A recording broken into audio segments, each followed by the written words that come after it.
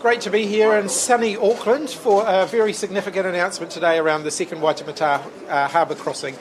You were all here for the announcement, both here at this venue but also at my speech this morning, so I'm happy to open up and go straight into questions. Chris, how can you be guaranteed that this will go ahead, given it's an election year, that you can this cross-party political support for this? I don't think that there's going to be any shortage of cross-party political support for a second Waitematā harbour crossing. The key thing is we've just got to get on now and make sure that we're making that happen. We know from our experience across multiple governments of dealing with other big infrastructure projects like this, and Transmission Gully in Wellington is a really good recent example of that, that these projects take a long time and you need to see them through from start to finish. Between making the decision to go ahead with Transmission Gully and cars actually driving on it, that was more than a decade. We've got to make sure that we're locking in a commitment here to make this happen. Our government is absolutely giving that commitment. Prime Minister, you've outlined 5 options. Yeah. Do you have a preference? I don't. I think it's important that we have a good consultation process. That's why we're putting 5 options out there. Spades in the ground by 2029, but what's the estimate of how long each project will take? Any project like this does have a significant construction period. That will depend to some degree on the scenario and the options that we choose, and how we also sequence this with other projects. One of the things that we've seen in the development of Auckland's mass rapid transit network is we want to look at this as a whole network and then look at how we stage pieces of it so that we can have a really clear pipeline to support the construction industry. That is the kind of information that we'll work through in the next stage, which is the detailed business case. But obviously a large project like this, you have to be realistic. It will take some years to deliver the construction. By $1 billion, what's the contingency plan that this project will? Look, I don't think anyone would be surprised to hear us say that a major project like this will be a significant investment in the billions of dollars. Again, that will be shaped by the options that we choose, but also that, as I say, what we're looking to do is develop a linked up network so that we can get efficiencies as we deliver the build. We work more on the refined costings as we move into the detailed business case, and we'll work hard to make sure we get value for money. So you can't give us a rough estimate at this stage of how much each project might cost? There'll be information that's provided, sort of at a level of magnitude in the information that we put out. Any of these options, obviously, we're talking about multi-billion-dollar investments, but it's important to note this is a city and nation-shaping investment. The harbour bridge behind us has served our city for nearly 70 years. This new connection will serve our city for longer than that, so we have to make these long-term investments. Minister, having all the infrastructure in there is already well and good, but how confident are you that the public transport systems will be able to keep up? I'm absolutely confident because that is a priority for us. What people consistently tell us is that what we lack in Auckland is a proper linked-up mass rapid transit public transport system. That is what we are building across this project, Auckland Light Rail, the Eastern Busway, which we'll be taking the first sod on this coming weekend, and North Western Rapid Transit. So we're making those investments. They haven't been made in the past, but we're getting on with the job. Will Auckland Transport be in charge of these new routes?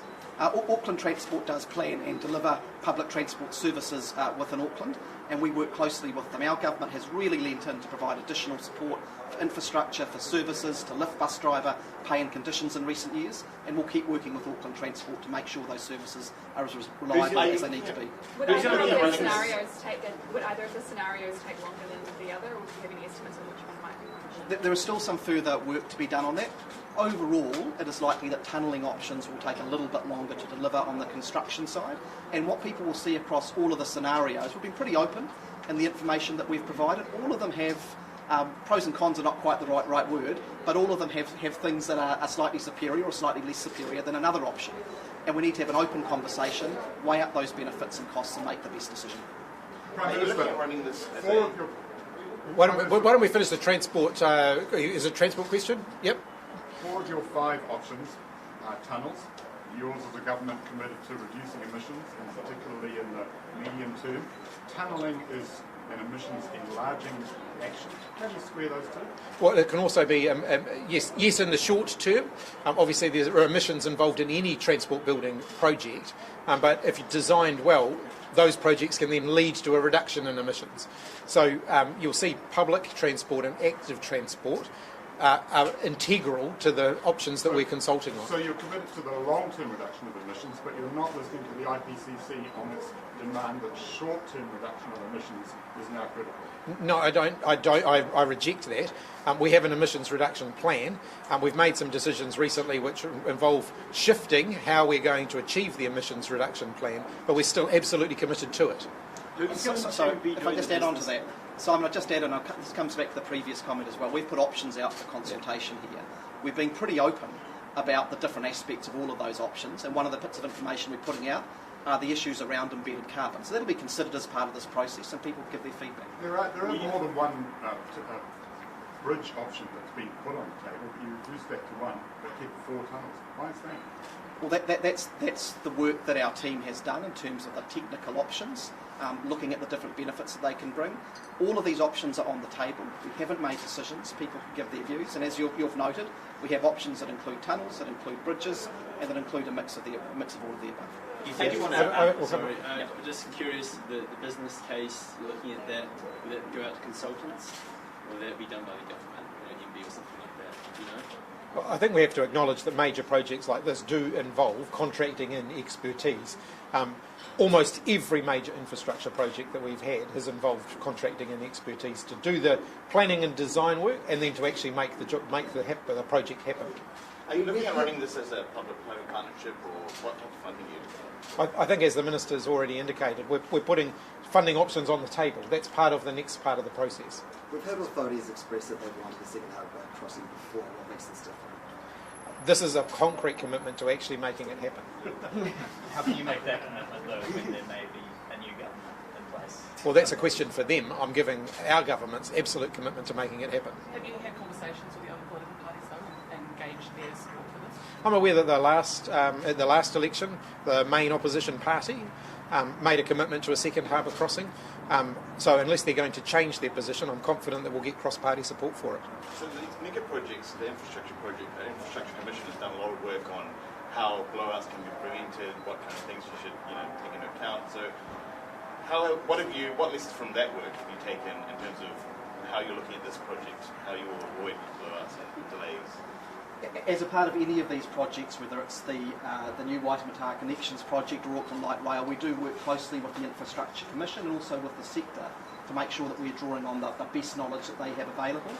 One of the things that they consistently tell us based on international experience is that doing the work up front, really doing the work on what the best options are, understanding the pros and cons, that is critical if you want to make sure that when you get to the point of delivery, you've considered everything and you can deliver it as efficiently as possible. So that's why this exercise is important.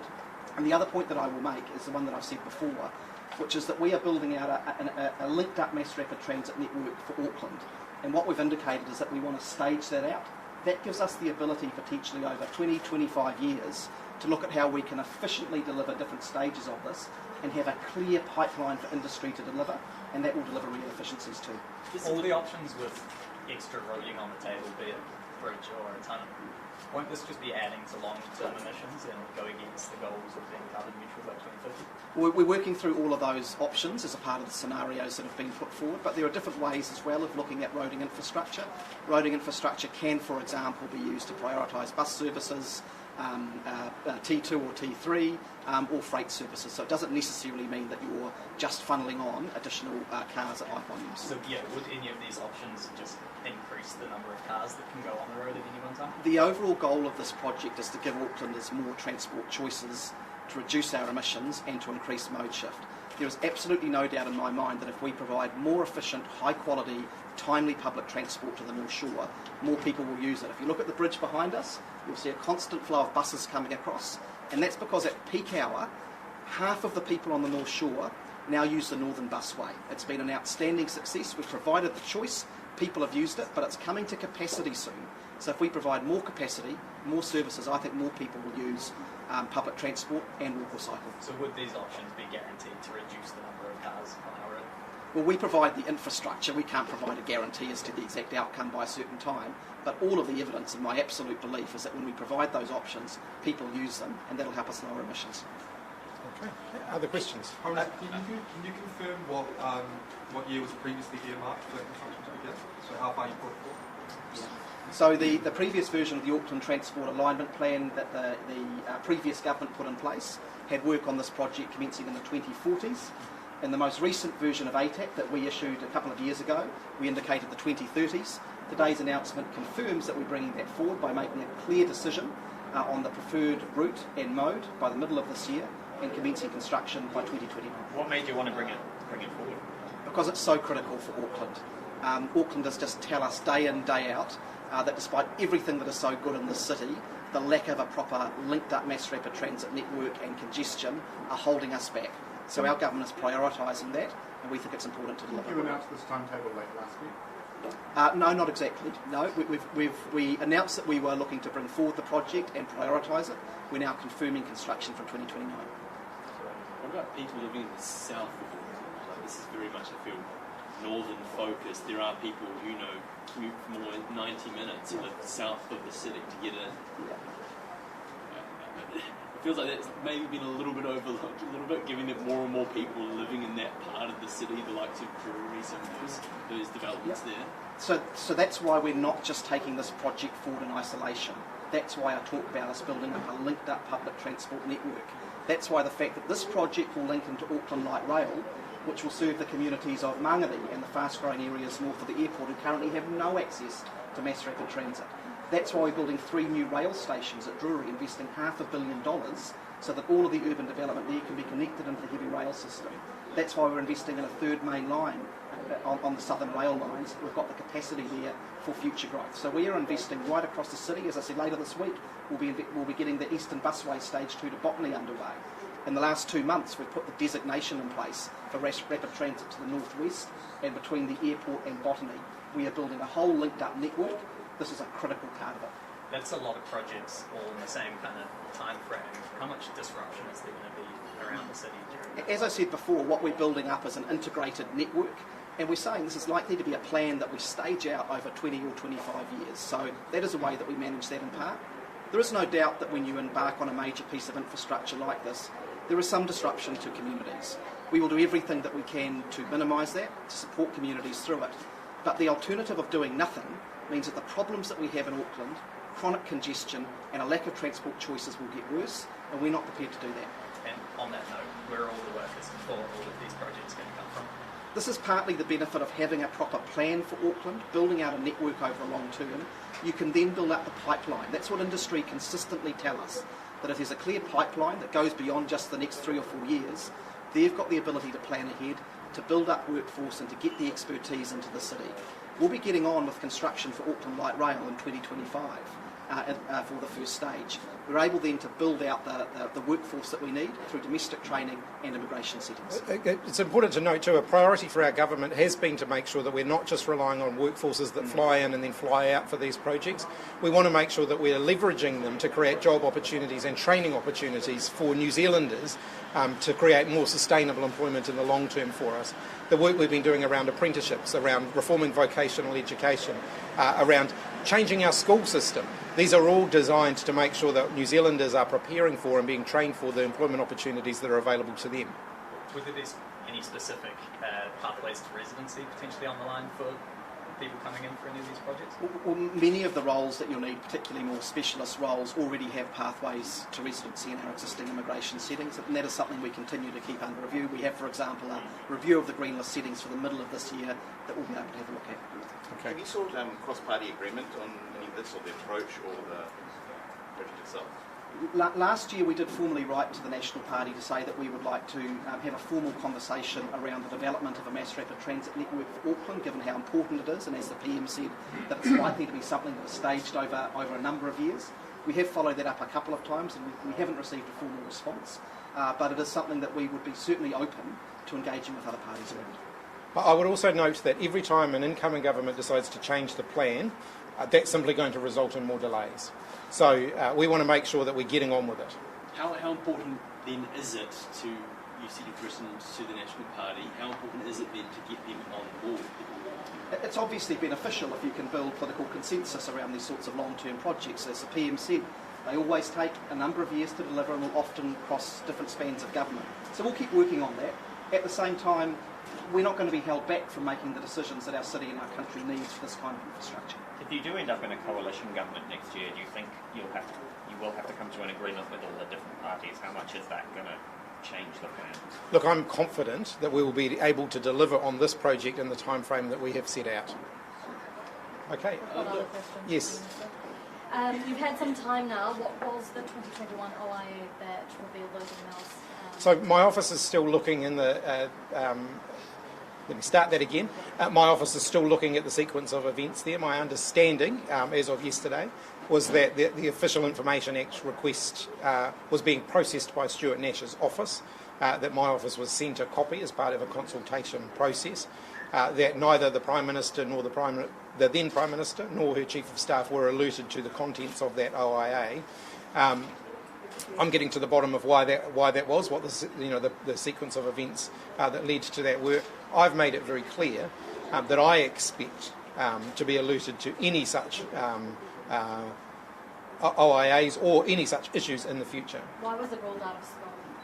Again, my office is going to release a fuller statement just setting out exactly the sequence of events later on today, and so they're just working on assembling exactly that timeline at the moment. Can you understand why it feels like a cover-up? Yeah, look, I think a mistake was clearly made here, but ultimately that does not distract from the fact that ultimately this was Stuart Nash's information release. It was Stuart Nash who wrote the email. It was Stuart Nash who should have known that he had done these things and should have alerted me to them over the last couple of weeks when I repeatedly asked him whether or not there was anything else that I should be aware of, and he did not do those things. So ultimately, yes, I'm looking closely at what happened in the Prime Minister's office as to why the then Prime Minister wasn't alerted to it. But the responsibility still rests with Stuart Nash. These were his actions in question, and he should have alerted the relevant people, both at the time and also me subsequently, to the existence of that. And are you aware of any other breaches? As I've indicated yesterday, I've asked the Cabinet Office to go back and have a look at all of its exchange with donors to make sure that there isn't anything else. And that will take a wee while because they've got to get people in to do that. And I'm going to reserve sort of further comment or judgment on that until that work has been completed. Was it one or several staff members who overlooked the email in the Prime Minister's office? Again, I'm assembling the timetable of that. One of the issues, I believe, is that the person who was dealing with the OIA from the Prime Minister's office went on leave as part, in the course of that process.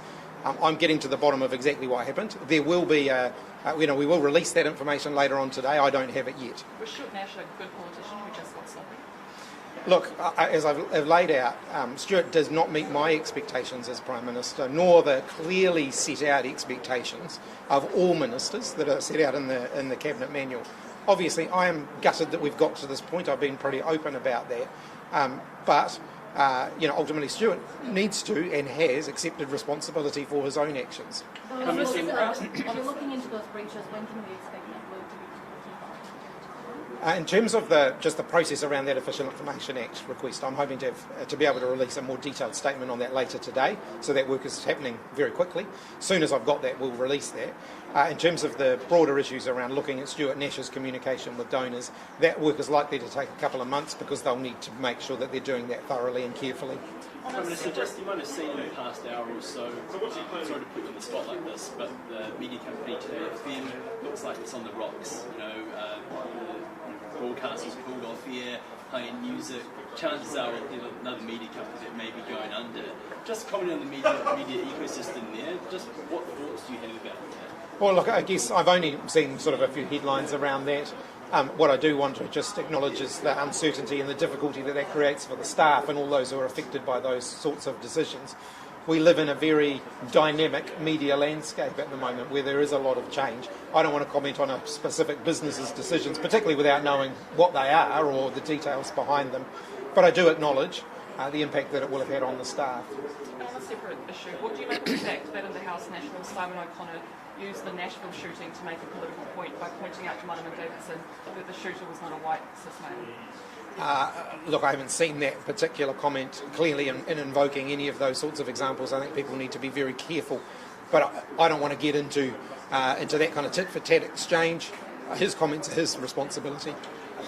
So just earlier in the day you gave a speech to business about how it was a priority for you to establish a better relationship with I was just wondering if you could outline who are the kind of advisors that you're leaning on in the business community, or do you have some kind of, have you seen business council agenda prior, just what kind of measures you take? Well, obviously, I'm continuing to engage in the sorts of events that we attended this morning because I find those very useful, that opportunity to engage in free-ranging discussion with business. I like to engage with a good broad cross-section of the business community. And then, of course, there are some people who I'm in more regular contact with. Rob Fife, for example, did some sort of special envoy type work for the previous Prime Minister. I haven't had the chance to speak to him in the last 9 weeks because of a variety of events, but I imagine that people like him will continue to play an important role bridging between the government and the business community.